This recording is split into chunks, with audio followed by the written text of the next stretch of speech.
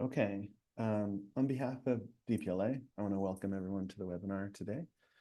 This is the fifth and final in our Wikipedia for Cultural Heritage webinar series, organized by the Digital Public Library of America's Wikimedia Working Group. My name's Dominic Bird McDevitt, and I'm the Director of Community Engagement for DPLA. So just some housekeeping to start off. This is a Zoom meeting, not a webinar, so there will be time at the end for discussion. And please feel free to use the chat for questions or comments throughout the presentation. The meeting's being recorded, but you're not on the recording if you're just using the chat.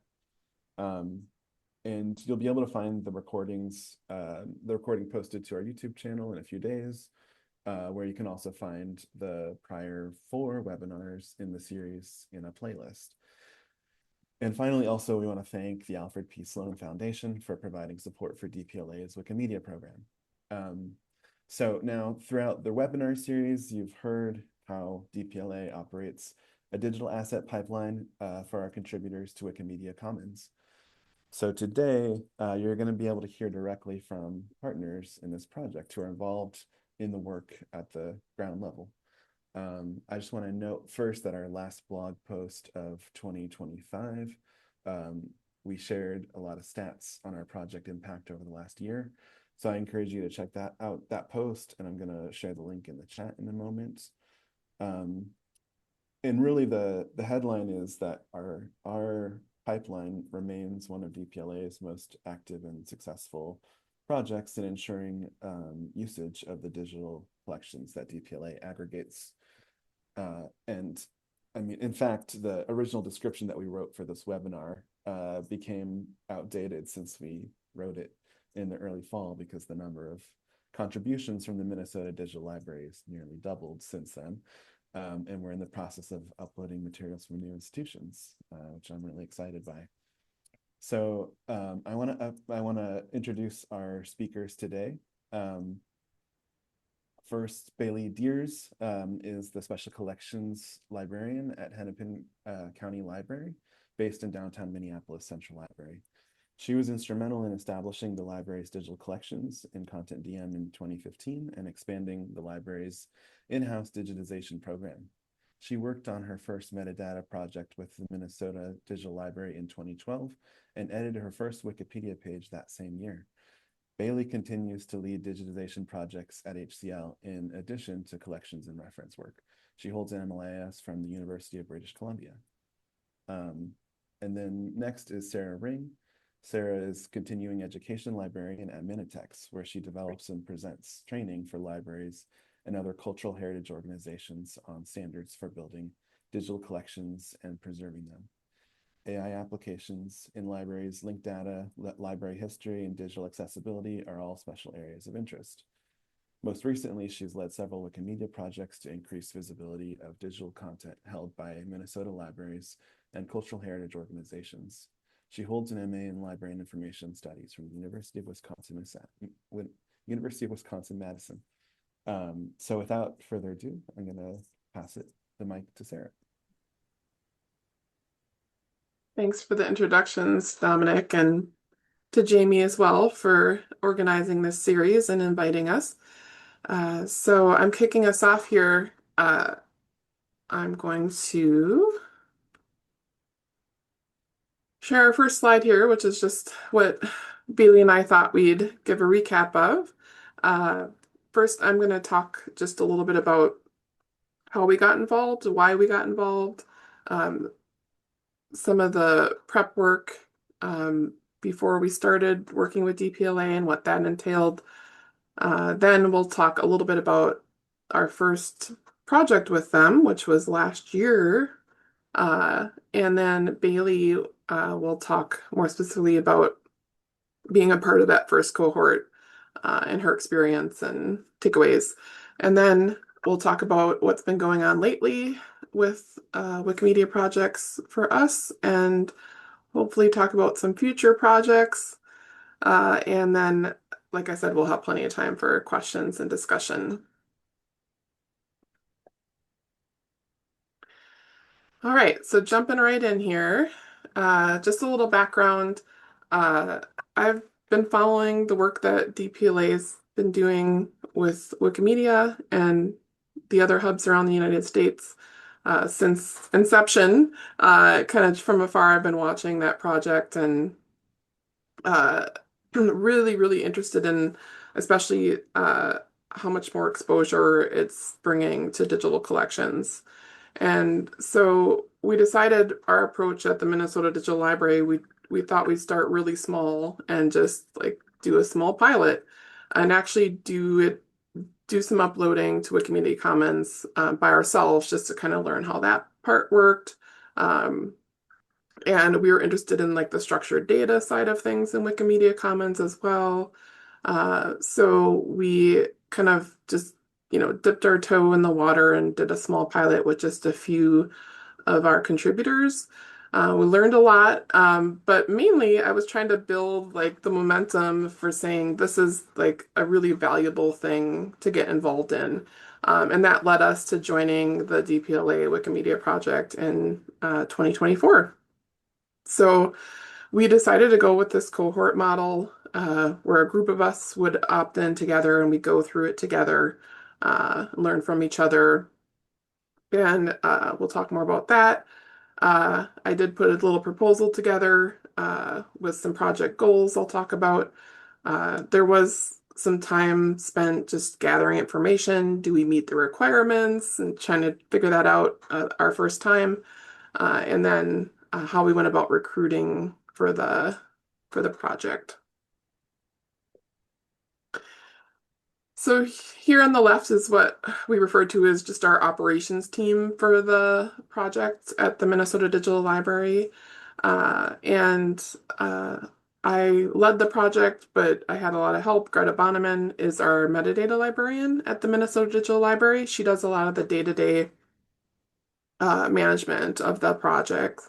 And Alyssa Becknell also was involved at that time, who was our cataloging and metadata education librarian.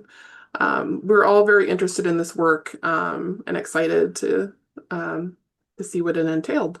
And then, of course, we had our partners. Dominic at DPLA was our main contact and walked us through getting set up and started, and I'll talk more about that.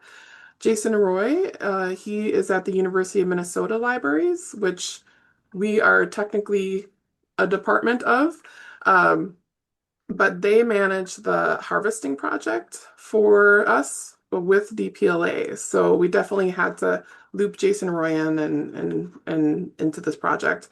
And then Paul Swanson, who's our head of Minitex IT.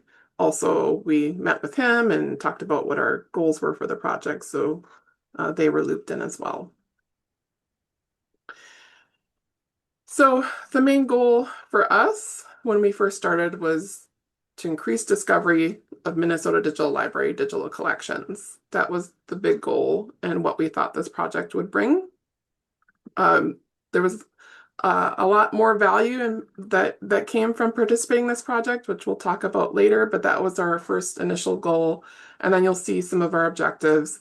So we started small again in 2024. We partnered with DPLA and we set a goal of recruiting at least 5 contributing organizations that had eligible content that DPLA could add to Wikimedia Commons. And then we were going to, of course, train project participants on how to be Wikipedia editors and specifically on how to use Wikimedia Commons images in Wikipedia articles, and then to actually make those connections of their content to relevant Wikipedia articles. And we set a bar of somewhere between 5 and 10 Wikipedia articles that we were asking people to enhance or enrich with images, knowing that, there may not be existing Wikipedia articles yet for some of the content. Some of the people participating may have a smaller collection. So we set it at 5 to 10 at minimum to have a goal for project participants. And then the impact was just, we also wanted to do that cohort model where we provided an opportunity for people to learn and learn from each other as well. and talk to each other. And then, of course, the goal was to increase discoverability, so that was also an impact. And we hoped it would inspire new projects, and we'll talk about that at the end. So before we actually jumped in, and before we even met with DPLA, we did read over the DPLA Wikimedia project requirements, and I provided the link there. Uh, and I forgot to mention, Jamie or Dominic, if you haven't already, would you mind sharing a link to our slides so people have access to those links I mentioned? I already did. Awesome. Thank you, Jamie.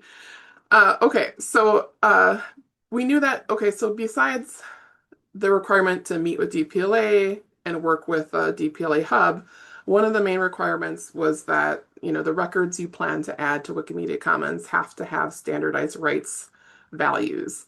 Wikimedia Commons only accepts content that can be freely shared and used. So your records can have right statements such as no copyright United States, which a lot of our collection is and uses. But you can also have rights information using Creative Commons licenses, any of the public domain declarations, or the other open license statements. So that information was pulled directly from that project requirements page. So we were reading through that, so we knew we met that requirement. And then the other one was that our records have to include access to the full-sized version of the image file, because that is the version that DPLA is uploading to Wikimedia Commons when they do that work. So that was the one we weren't too sure about, because University of Minnesota Libraries actually does our harvesting and manages that side of things. So we met with them, and we found, because we are we store our metadata in Content DM.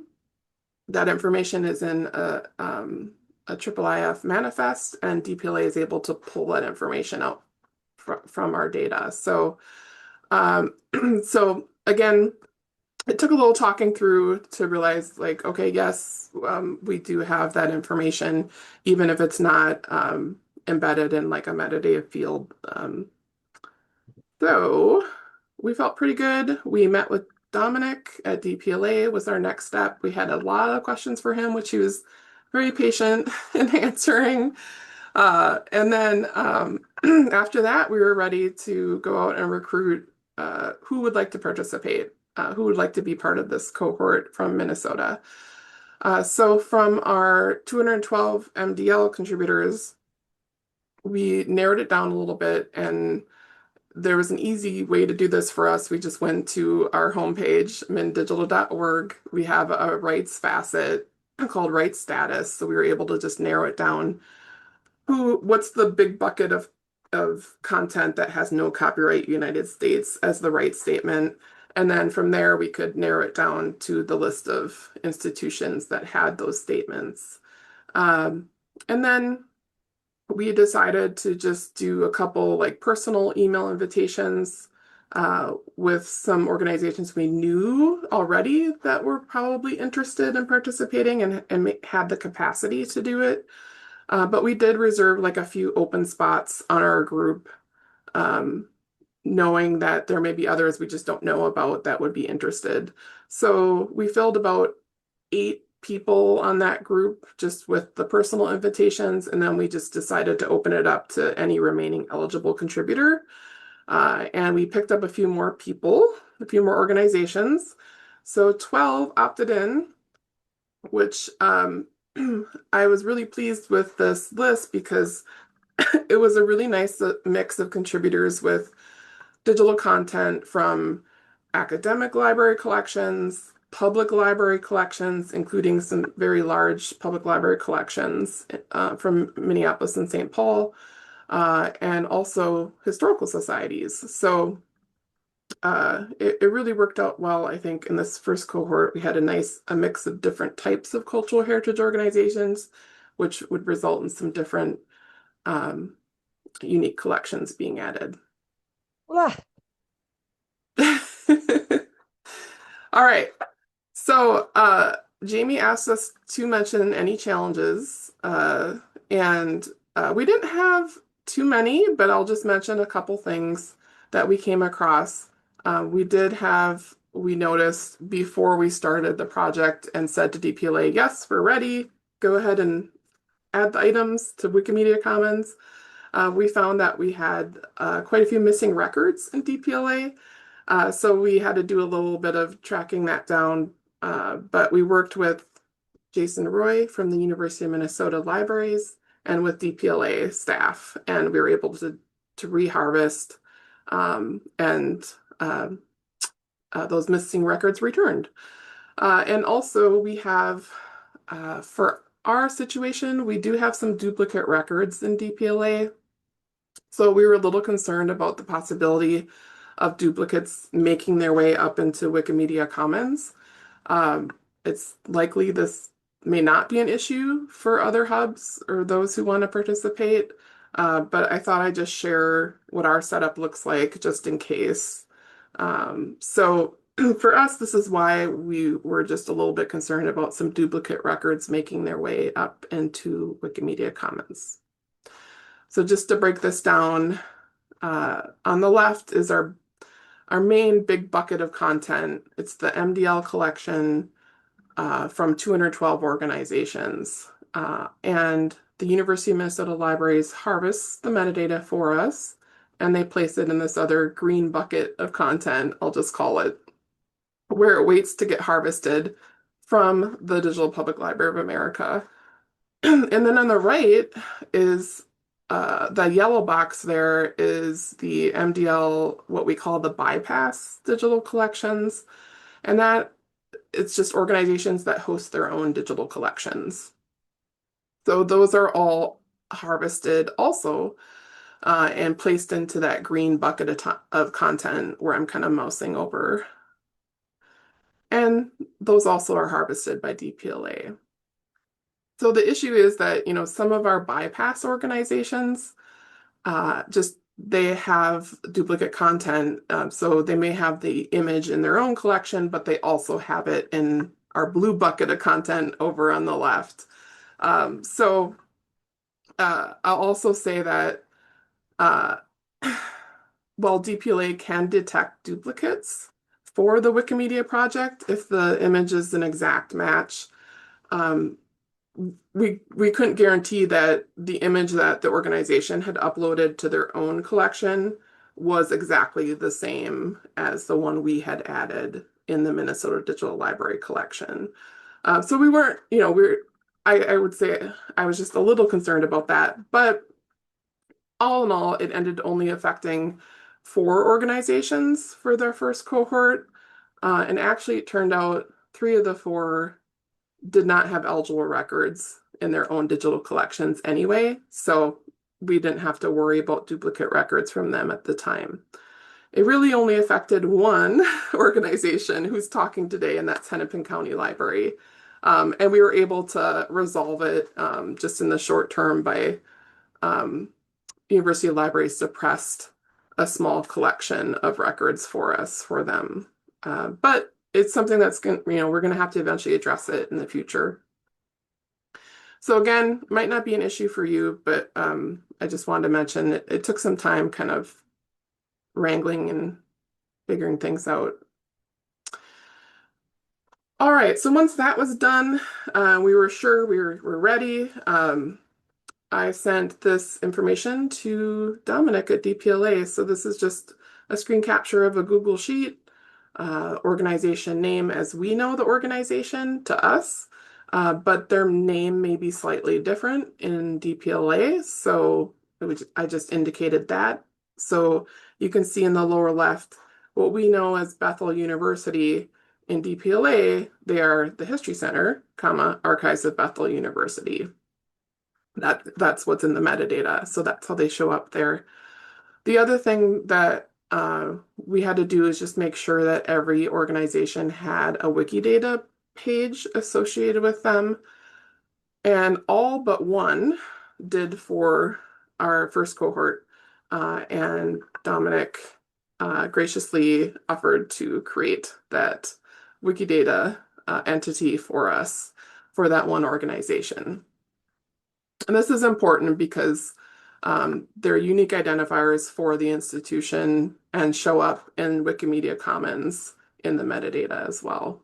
So that's the type of information I sent off to Dominic. And then just a little bit about our last year's project cohort. This was our timeline. It was just a 6-month timeline, 6-month project. We thought that was about the right amount of time. We were kind of just guessing, but not too short, not too long, because this was 12 different organizations, contributing their time. So we did kick off in August 2024 with just an informational meeting. And by November, DPLA had uploaded their eligible images to Wikimedia Commons.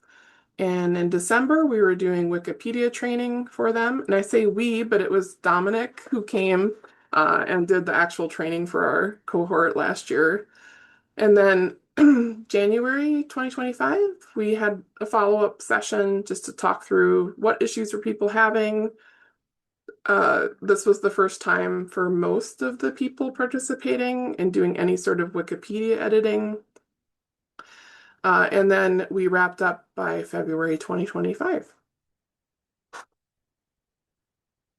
So this is just a snapshot in time. It looks different today. So if you were to follow the link and actually look at our category page in Wikimedia Commons, it would have more organizations in that list. But this is who participated in that first round. And the numbers reflect how many files were added. And just a heads up, if you haven't participated in a project like this before, one thing we knew would happen, but we were still surprised was, the way things are added. When we look at items in the Minnesota Digital Library collection, if we're looking at an object that is 50 pages, that object is all contained together and we can kind of just page through. And when that is added to Wikimedia Commons, each of those 50 pages are added as 50 individual files.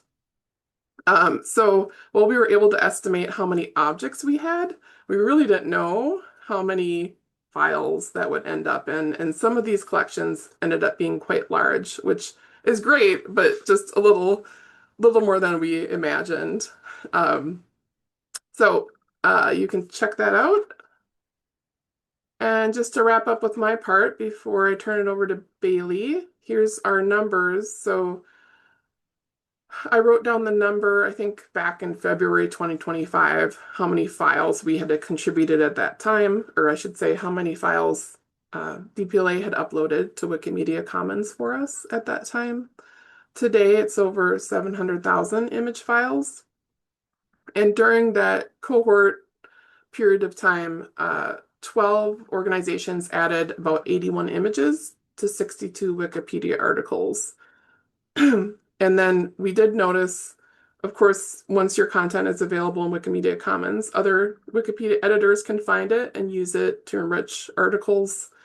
So we did find that. So I just documented there were about 74 images from other editors we noticed finding the content. And today we have over 7.8 million views, which is, I think, meets our goal of expanding discoverability of our collection. And you can read more about the source stats there in the link. Now I'm going to turn over to Bailey, one of our participants. Thanks, Sarah.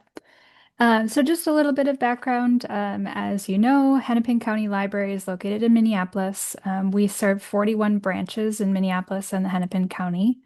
And Special Collections Department primarily focuses on local history, but we do have large collections that expand beyond our local history content. So we have large photograph collections from the newspaper, large map collections, postcards, World War II posters, and things that would appeal to a very broad community.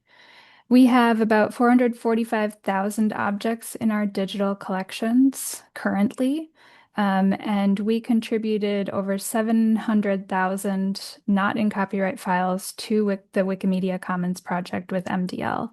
And as Sarah said, that includes individual pages of compound objects.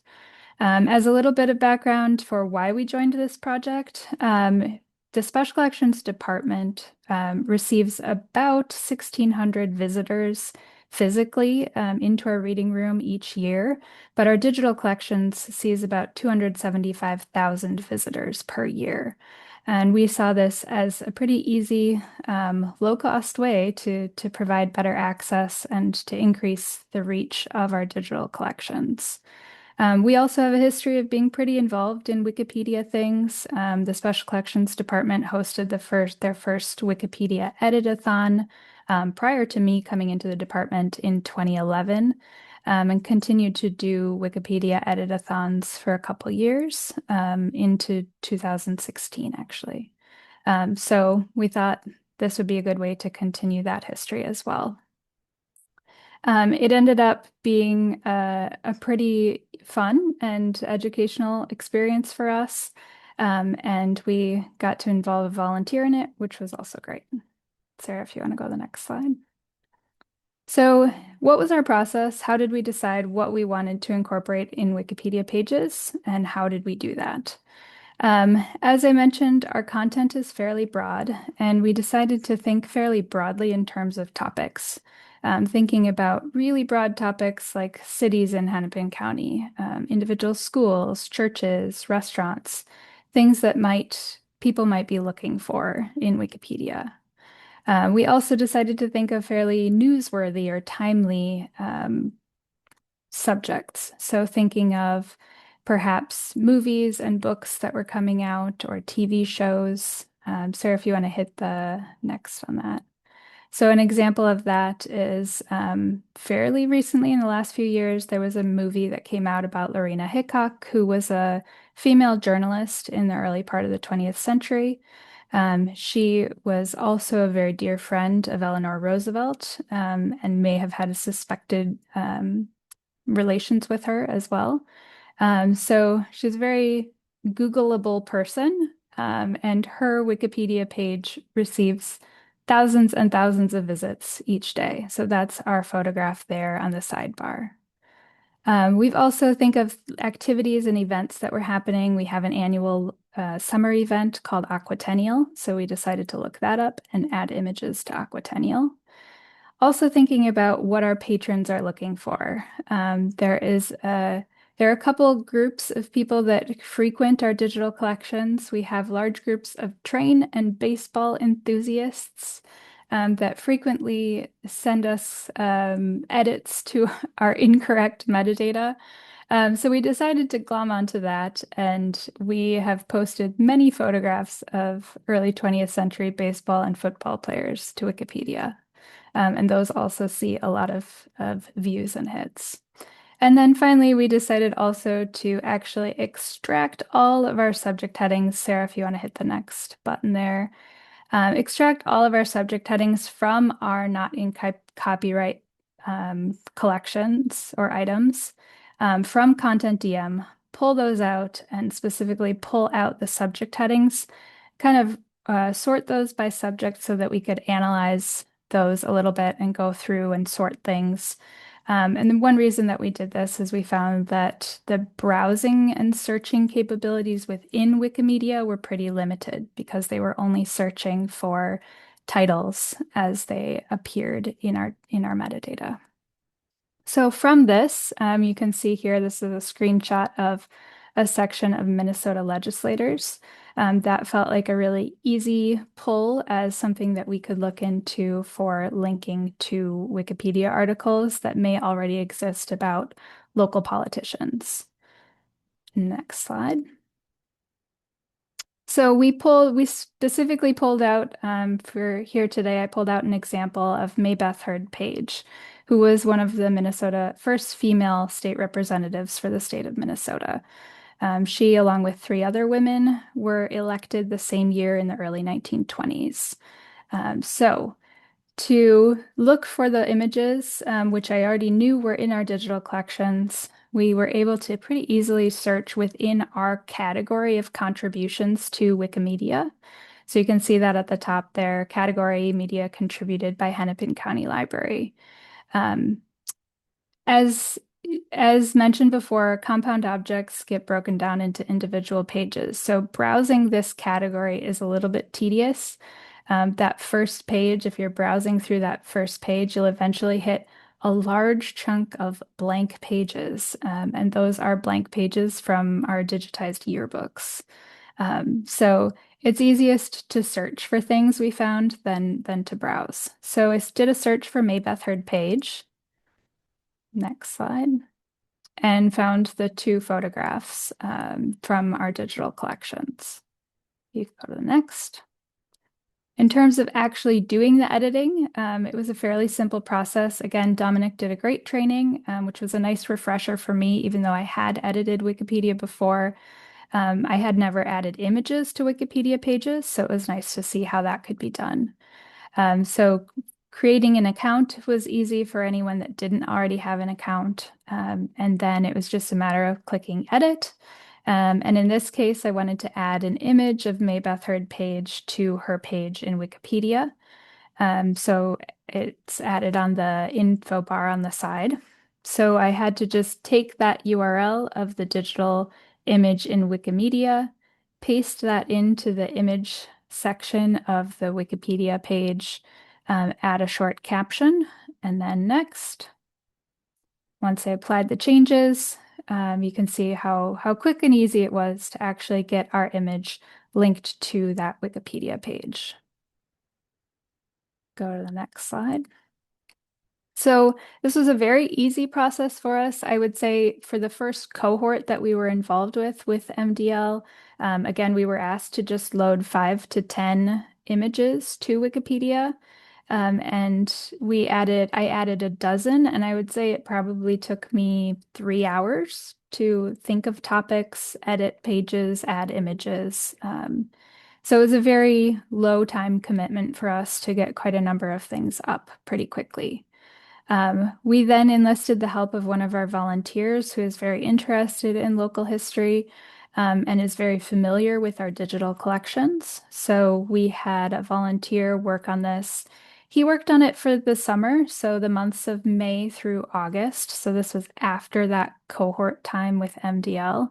And he added about 75 more images to pages. And again, kind of working through that subject spreadsheet that we had, but also just following links. You know, when he would add something to one page, he would find other related pages. So in total, our department linked about 80 images or just over 80 images to Wikipedia pages.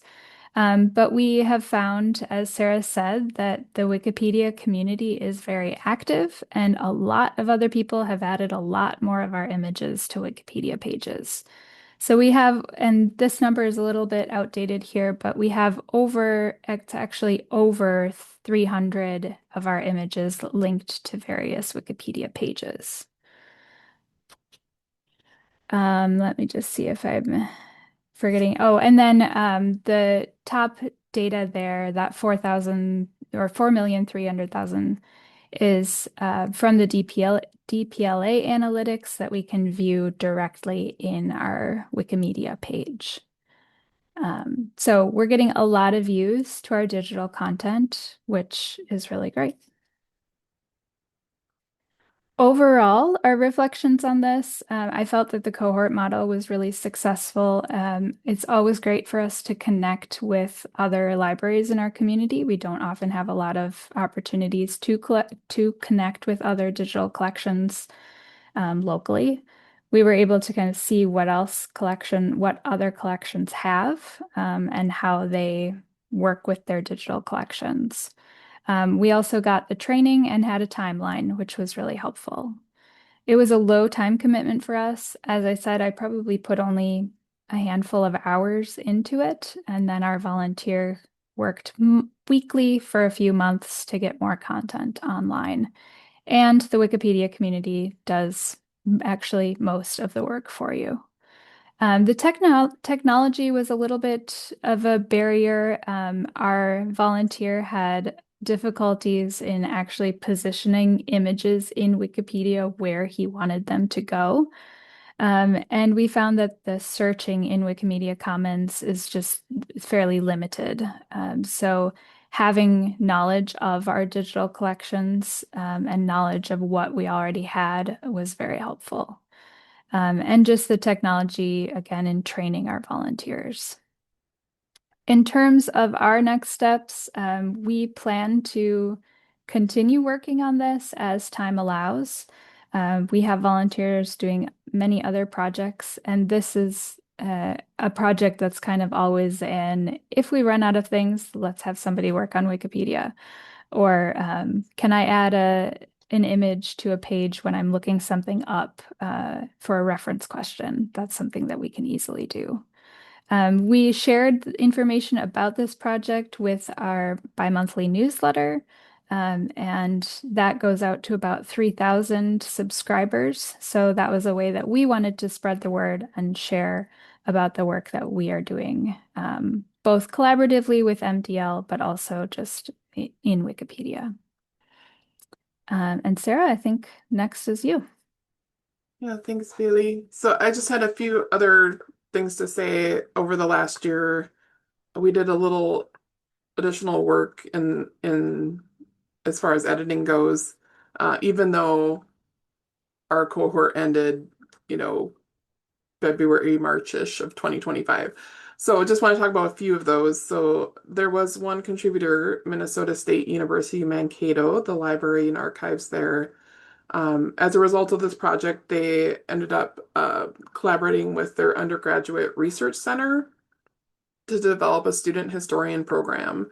And one of the projects for the program was to research and update some outdated or incorrect information on Wikipedia pages related to history of the university. So they found that, they were all ready to enhance image, and enrich articles with their images, but then they found they wanted to spend some time just enriching the whole Wikipedia page, and they needed a little time and additional help to do that. So that was kind of a little bit of a spin-off from the work that we did. Minitex, we were able to host a library school student who was doing a practicum last summer. So we had him spend just a few hours doing some Wikipedia editing and enhancement. And he worked from a list he found that was already out there of Wikipedia pages wanting photos from 2025. And he kind of limited it to Minnesota related pages. So he did worked with some of the content that was added from our contributors.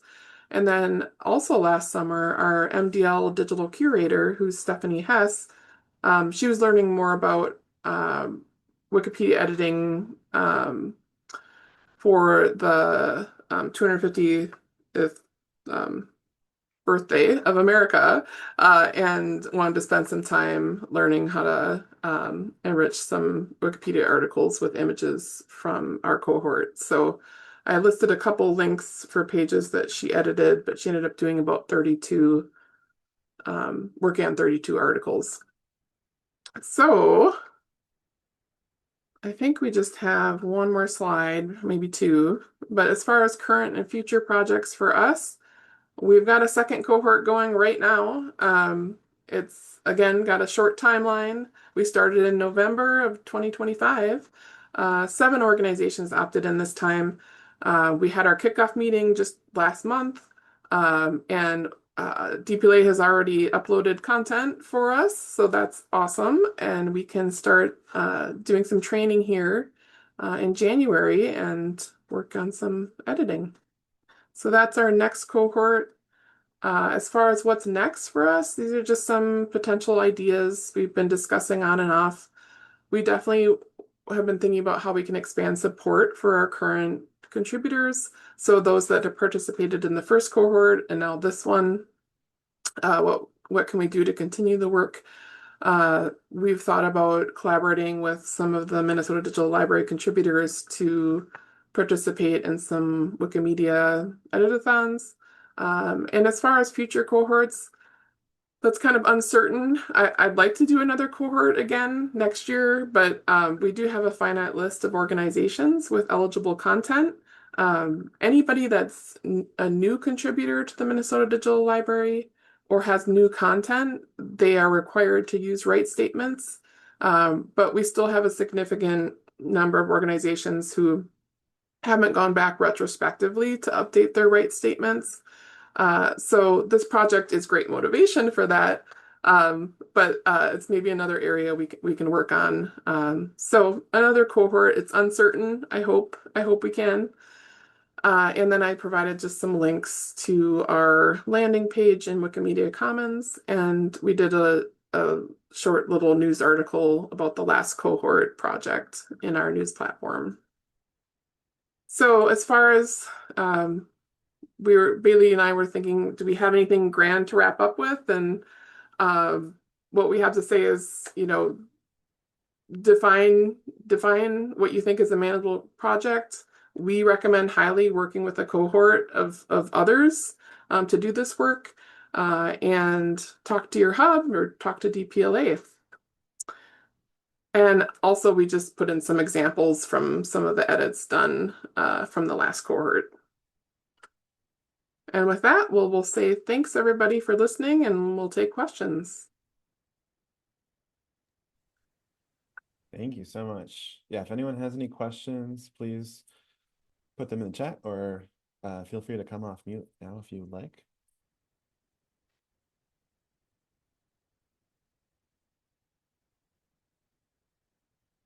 And we have did you want to field that, Jamie? Sure. From Stephanie, do you all have any suggestions for what to do when there are no existing articles on Wikipedia that match your collection images?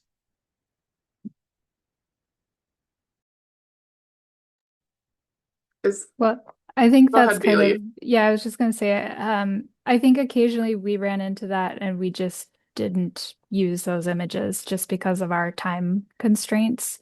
But I think what Mankato did is a good example of that, of like actually rallying a group of people who could write that content. So in this case, it was a university, so they worked with students to create those pages.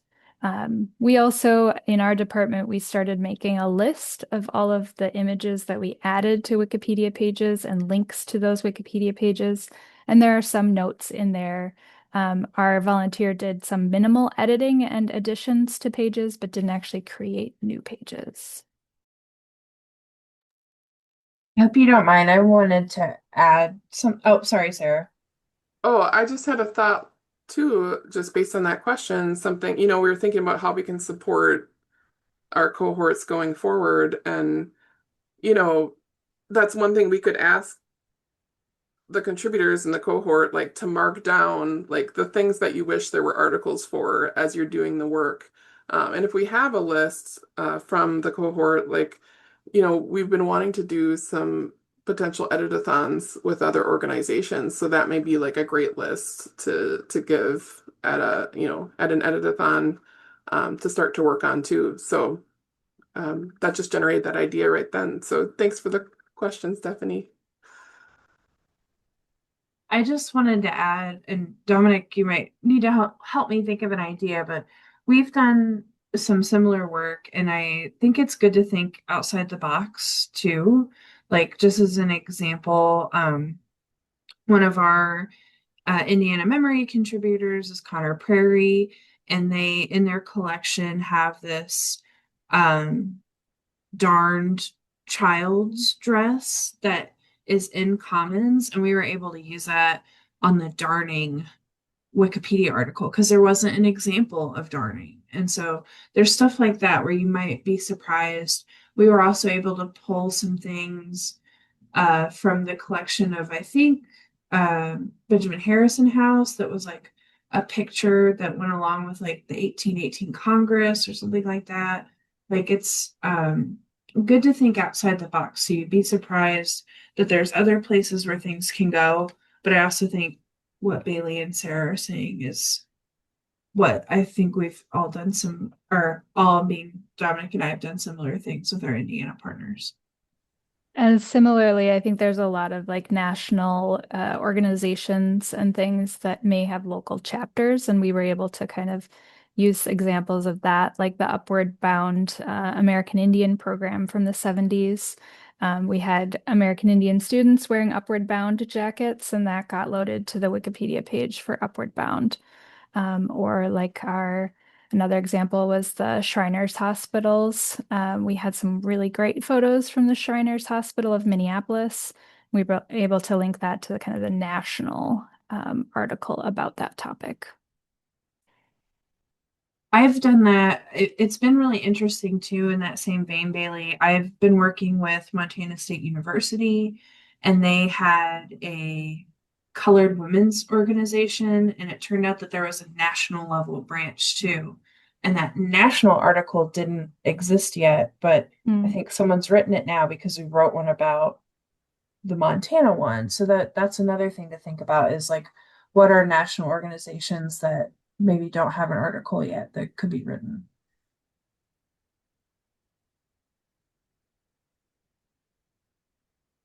Yeah, I agree with all of that, and I was going to say something similar about how it's also just kind of like a the editorial process.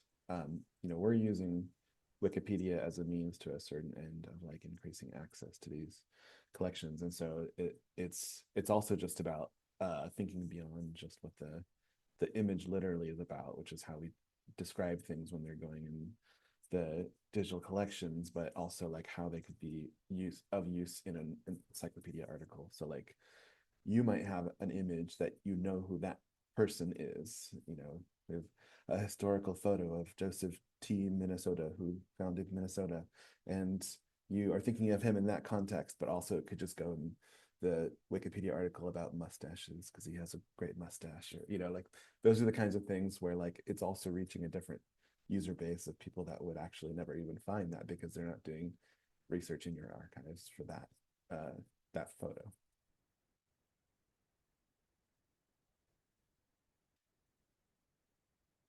Any other questions or comments? Just wanted to share that CASH has shared like a couple different things that they've worked on, like the wiki articles without images that you can search through, and the connection team invitation list. And just wanted to highlight folks looking through the chat at those because they're really helpful tools, and I appreciate you sharing them.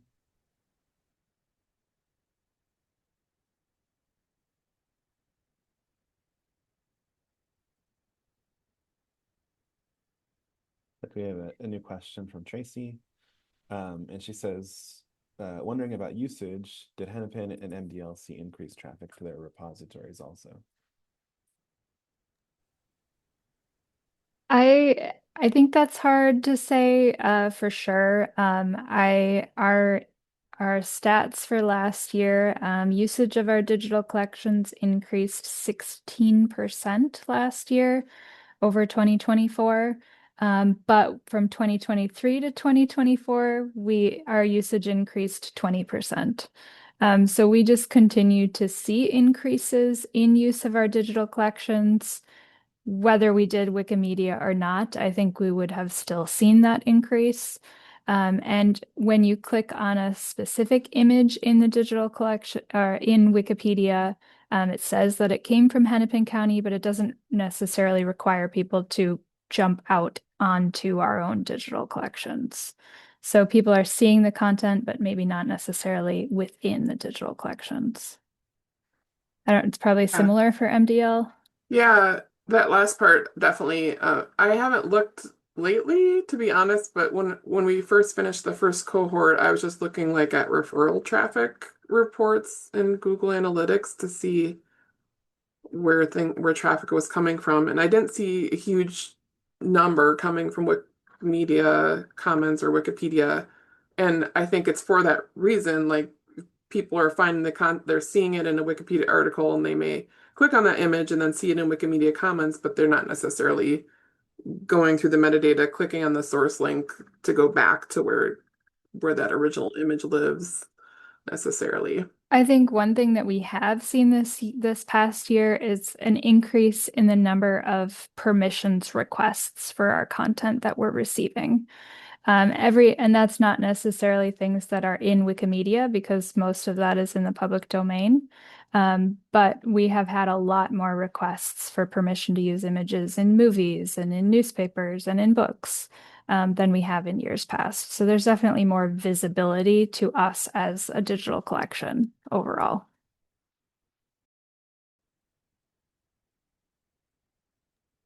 I'll take it over. Thank you, Sarah and Bailey. This has been awesome. I really appreciate your willingness to close out our speaker series. Thank you so much to everyone that's joined us. And if I hope folks have gotten a lot from this. I hope it's been helpful.